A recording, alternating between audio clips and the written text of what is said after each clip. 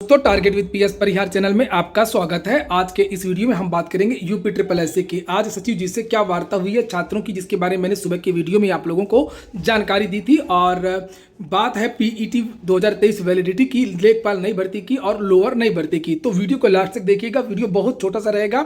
और जो नए छात्र हो तो चैनल को सब्सक्राइब भी कर लें, ताकि आप लोगों को इसी प्रकार की ऑथेंटिक अपडेट से सबसे पहले मिलती रहे। आगे बढ़ने से पहले एक सूचना है उन विद्यार्थियों के लिए जो विद्यार्थी यूपीपीएससी की भर्तियों की तैयारी कर रहे हैं अथवा बीपीएससी की भर्तियों की तैयारी कर रहे हैं। वे सभी अभ्यर्थी यूपीपीएससी वाला बीपीएससी वाला प्लेटफॉर्म पर आकर के अपनी प्रिपरेशन पूरी कर सकते हैं। यहाँ पर होली के समय एक ऑफर दिया गया था, ये लास्ट समय है, आप लोग इस ऑफर का लाभ अभी उठा सकते हैं, जिसमें यूपीएससी के जितने भी बैच हैं, प्रीलिम्स के, मेंस के सभी बैचों में 83% तक की छूट दी गई है। इसी तरीके से बीपीएससी के जितने भी बैच हैं उनमें 80% तक की छूट दी गई है। यहाँ पर आपको वो सारी चीजें मिलती हैं जो तैयारी करने के लिए आवश्यक होती हैं, जैसे लाइव क्लासेस तो चलते ही रहती हैं, साथ में रिकॉर्डेड वीडियोज भी मिल जाते हैं, क्लास नोट्स भी मिलते हैं, प्रीवियस ईयर के क्वेश्चन सॉल्व करवाए जाते हैं, डाउट क्लियरिंग सेशन चलता रहता है, कोई भी डाउट हो आप लोग क्लियर कर सकते हैं। बैच यहाँ पर कुछ देख सकते हैं, वैसे हर प्रकार के बैच आपको यहाँ मिल जाएगा। सर्व सक्षम 2.0 के नाम से एक बैच फाउंडेशन, जिनका टारगेट 2025 है। हिंदी माध्यम के विद्यार्थियों के लिए सर्वप्रथम के नाम से यही बैच सक्षम बैच है, ये 2026 के विद्यार्थियों के लिए। और प्रथम के नाम से एक बैच है, ये हिंदी माध्यम के विद्यार्थियों के लिए। प्रीलिम्स के लिए अलग से बैच चल रहा है, ऊर्जा और आक्रोश के नाम से। ये जितने भी बैचेस देख रहे हैं इनके लिंक मैंने डिस्क्रिप्शन बॉक्स में दे दिया है, कमेंट बॉक्स में भी उपलब्ध है, तो आप लोग जाकर के सीधे कोर्स ले सकते हैं, ज्वाइन कर सकते हैं। ये छूट तो चली रही है, इसमें एक कोड लगा देंगे अगर आप PSP 500 तो आप लोगों को और अधिक एक्स्ट्रा छूट मिल जाएगी। बीपीएससी की अगर हम लोग बात करें तो बीपीएससी के लिए भी इसी तरीके से देख सकते हैं, प्रीलिम्स के लिए भी बैच चल रहा है, मेंस के लिए भी बैच चल रहा है। एक साल का करंट अफेयर अगर आपको तैयार करना है तो उसके लिए अलग से बैच चल रहा है। बीपीएससी के बहुत सारे टॉपर भी यहीं से निकले थे पिछली बार, ये देख सकते हैं आप लोग। चलिए शुरू करते हैं, बात करते हैं यूपी ट्रिपल एससी की। जैसा कि मैंने सुबह की वीडियो में तो आपको जानकारी दी थी, लेकिन मैं लगातार इसके बारे में अपडेट देता रहा हूं और हुआ भी वही जो मैंने कहा था। मैंने आप लोगों से कहा था कि यूपी ट्रिपल एससी में आप लोग दबाव बनाइए, साथ में शासन पर भी दबाव बनाइए। मैंने ये वीडियो बनाया भी था, लेकिन जिस तरीके से ये धरना प्रदर्शन किया जाता है उस तरीके से धरना प्रदर्शन नहीं होता है, और लबर लबर करके चले गए। वही बात सुनने को भी आ गई जो बात पहले से बताई गई थी कि यूपी ट्रिपल एससी से ज्यादा कुछ नहीं होगा। यूपी ट्रिपल एससी तो कह देगा कि भाई हमने तो दिसंबर के महीने में भेज दिया था फाइल, हम उसमें कर क्या सकते। मैंने कहा था कि शासन पर ही आप लोग दबाव बनाइए, चाहे वो विधायकों द्वारा हो, सांसदों के द्वारा, मुख्यमंत्री दरबार में हो, या एक बड़ा धरना प्रदर्शन हो। देखिए, अगर पीटी की वैलिडिटी बढ़ जाएगी तो फिर क्या करोगे आप परीक्षा कराने को लेकर के, कि भाई परीक्षा नहीं हो रही, फिर पहुंचोगे 2 महीना बाद, उसके बाद फिर रिजल्ट को लेकर के फिर पहुंचोगे, एग्जाम कैलेंडर को लेकर के फिर पहुंचोगे। भाई बहुत गड़बड़ी है। एक वैकेंसी के लिए आप लोग ऐसे पहुंच जाते हो 15-20 लोग। सारी गड़बड़ियां यूपी ट्रिपल एससी की यही है, तभी यूपी ट्रिपल एससी की धरना प्रदर्शन को कोई गंभीरता से नहीं लेता है। कोई भी वहां का आयोग में शासन प्रशासन कुछ भी कोई भी सोचता ही नहीं है कि 15-20 लोग किसी एक भर्ती को लेकर के आए होंगे। जैसे इस बार पेट को लेकर के पहुंच गए, पिछली बार लेखपाल को लेकर के, उसके पहले लोअर को लेकर के पहुंच गए। इस तरीके से नहीं, इसमें एक व्यापक बदलाव की जरूरत है, जिसमें परीक्षा कैलेंडर जारी हो, अंकपत्र जारी हो, मार्कशीट जारी हो, और सारी चीजें शासन स्तर से रुकी हुई हैं। यहाँ कुछ नहीं भाई, शासन कार्मिक विभाग जो अनुमति ही नहीं दे रहा है। सचिव की क्या है, सचिव कहाँ से पेट की निकाल देगा, वो वैलिडिटी बढ़ा देंगे, कुछ नहीं होगा।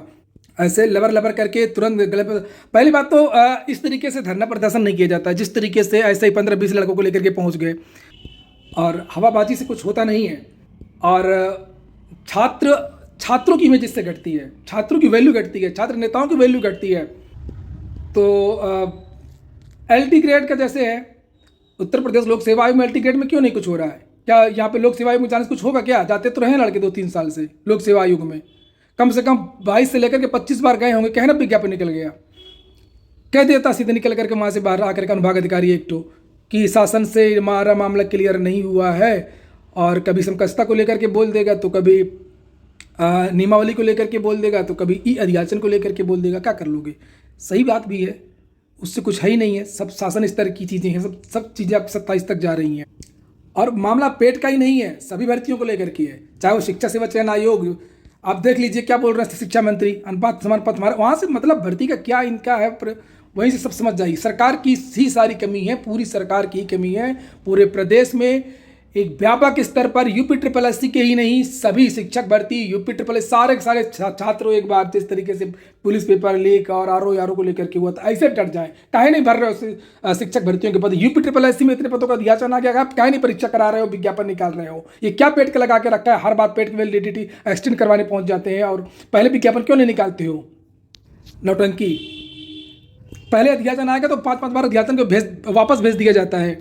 कोई चीज़ समझ में नहीं आई, EWS की कितनी सीटें हैं, क्या उसको वापस भेज दिया, बाद में विभाग ने बताया नहीं ऐसा है, अच्छा ठीक, पहले बताना चाहिए था। इसी में भर्ती लटकी रहती है। तो आज छात्र गए और सचिव जी से मुलाकात होती है। एक भी लड़का चला जाएगा नीचे जाकर के, जैसे वो आते हैं सुबह सुबह, कोई भी लड़का जाकर के बात कर सकता है, माहौल बनाने की क्या जरूरत थी। तो उन्होंने साफ साफ कह दिया कि भाई हमने भेज दिया है, हमारे हाथ में नहीं है। और उम्मीद जताई जा रही है कि वही जो मेरे चैनल के द्वारा आपसे लगातार बोला जा रहा है वही बात वही बोल रहे हैं। भाई क्या होगा उसमें, भाई शासन की पे ही सब कुछ फंसा हुआ है। उन्होंने यही कहा कि इस हफ्ते हो सकता है कि निस्तारण हो जाए, बस हो सकता है वाली बात है। जैसे हम लोग कहते रहते हैं कि हो सकता है कि होली के पहले, हो सकता है कि विधानसभा के बाद, और यही जानकारी हम लोगों को भी दी जाती रही। अब वही जानकारी आप लोगों को भी दी गई है, सुन करके चले आए। तो देख लीजिए, अब जहां तक ऐसा लग रहा है कि पीटी 2023 में कोई विधिक मामला फंस रहा है। जैसे कि पहले कुछ विद्यार्थी गए थे, उन्होंने कहा था कि अगर ये इसकी वैलिडिटी बढ़ाई गई तो हम कोर्ट में चले जाएंगे या ऐसी चीज़ें हो जाएंगी। हालांकि मामला नहीं फंसेगा, बहुत सारी चीज़ों की वैलिडिटी बढ़ाई भी गई है। लेकिन जहां तक लग रहा है कि इसमें कुछ तकनीकी विधिक समस्या फंस रही है एक्सटेंड कराने को लेकर के। तो अगर जनवरी के पहले ही वैलिडिटी के लिए अनुमति मिल जाती तब तो कोई दिक्कत नहीं थी, क्योंकि वैलिडिटी एक्सपायर हो गई है। देखिए बहुत बड़ी बात बोल रहा हूँ, चूंकि वैलिडिटी एक्सपायर हो गई है, पूरी तरीके से खत्म हो गई, खत्म होने के पहले से वैलिडिटी एक्सटेंड हो जाना चाहिए था। थोड़ा सा एक समस्या बढ़ रही है, हो सकता है इसकी वजह से देरी लग रही हो, इस पर डिसीजन ना हो पा रहा हो, लेकिन अभी खारिज नहीं हुआ है। खारिज नहीं हुआ है इसलिए थोड़ा सा उम्मीदें बढ़ी हुई हैं। और कोई नई बात निकल करके आज नहीं आई। देखिए अगर नई बात तब निकल कर आती जब 1500 लड़का पहुंच जाता, तब भी कोई कुछ होता कि हाँ थोड़ा बहुत हिला होगा आयोग या सरकार, ऐसा भी नहीं हुआ। रही बातें जो सचिव जी ने कही, वो वही बातें कही हैं जो हम लोग कहते हैं, जो सभी को जानकारी है, हम लोग क्या सभी को, आप लोगों को भी ये जानकारी है। और हालांकि बीच में कुछ अफवाहें उड़ने लगती हैं, जैसे फाइल वापस भेज दी गई, खारिज हो गई, फलाना ढिमाका, तो उसके बारे में तो मेरा चैनल आपको आगाह कर ही देता है कि क्या सही है और क्या गलत है। और तो ये हफ्ता या 10 दिन जो है, ये मार्च का महीना मान लीजिए आपके लिए बहुत ही ज़्यादा महत्वपूर्ण है। सारी चीज़ें क्लियर हो जाएंगी। पेट 2025 का विज्ञापन आपका जल्द जारी होगा अप्रैल के महीने में। अगर इस बीच में अगर वैलिडिटी एक्सटेंड हो जाती है तो ठीक, लेकिन यही है कि पेट 2025 का जो विज्ञापन जारी होगा, अगर वैलिडिटी एक्सटेंड नहीं होती, अभी भी देखिए चांसेस हैं, ऐसा नहीं है। और ये सचिव जी ने भी यही बात बताई है कि अभी एक हफ्ता है महत्वपूर्ण। वार्ता रिमाइंडर का जो दौर है वो चल रहा है, आयोग बार बार रिमाइंडर भेज रहा है, सब कुछ चीज़ें चल रही हैं, लेकिन पता नहीं इनके कार्मिक विभाग का हाथ क्यों कांप रहा है। तो और अगर कुछ बाय द वे अगर नहीं हो पाता है, वैलिडिटी एक्सटेंड नहीं होती है किसी तरीके से, तो फिर आपकी नई भर्तियां जो लोअर और लेखपाल है, फिर इसमें भाई देरी लगेगी, इसमें देरी लगेगी। और समझ लीजिए कि आपका जो ये वाला साल है पूरी तरीके से बर्बाद हो जाएगा। ये वाला साल आपका केवल पीईटी की तैयारी करने में ही व्यतीत हो जाएगा। भाई कुछ लोग चाहते भी यही थे कि पीईटी के लिए चूंकि 30-40 लाख आवेदन करेंगे तो इसी का चलाया जाए, कुछ लोग यही करेंगे। तो ठीक है, आज फिलहाल यही अपडेट है, क्योंकि जो सचिव जी ने यही कहा है कि पीईटी की जो फाइल है वो हमने बहुत पहले भेज दी थी, हमारे हाथ में कुछ नहीं है, दोनों हाथ उन्होंने खड़े कर लिए। लेखपाल लोअर की भर्ती में अभी अनिश्चितता है, जब तक पेट की वैलिडिटी के बारे में कुछ चीज़ें क्लियर नहीं होती हैं। और उन्होंने ये भी कहा है कि एक हफ्ते में हो सकता है कि निर्णय हो जाए। ये हो गया आज का वीडियो को अच्छा लगा हो, एक काम का हो तो लाइक अवश्य कर दें। जिन छात्रों ने चैनल को सब्सक्राइब न किया हो सब्सक्राइब कर लें। पूरे वीडियो सुनने के लिए बहुत बहुत धन्यवाद।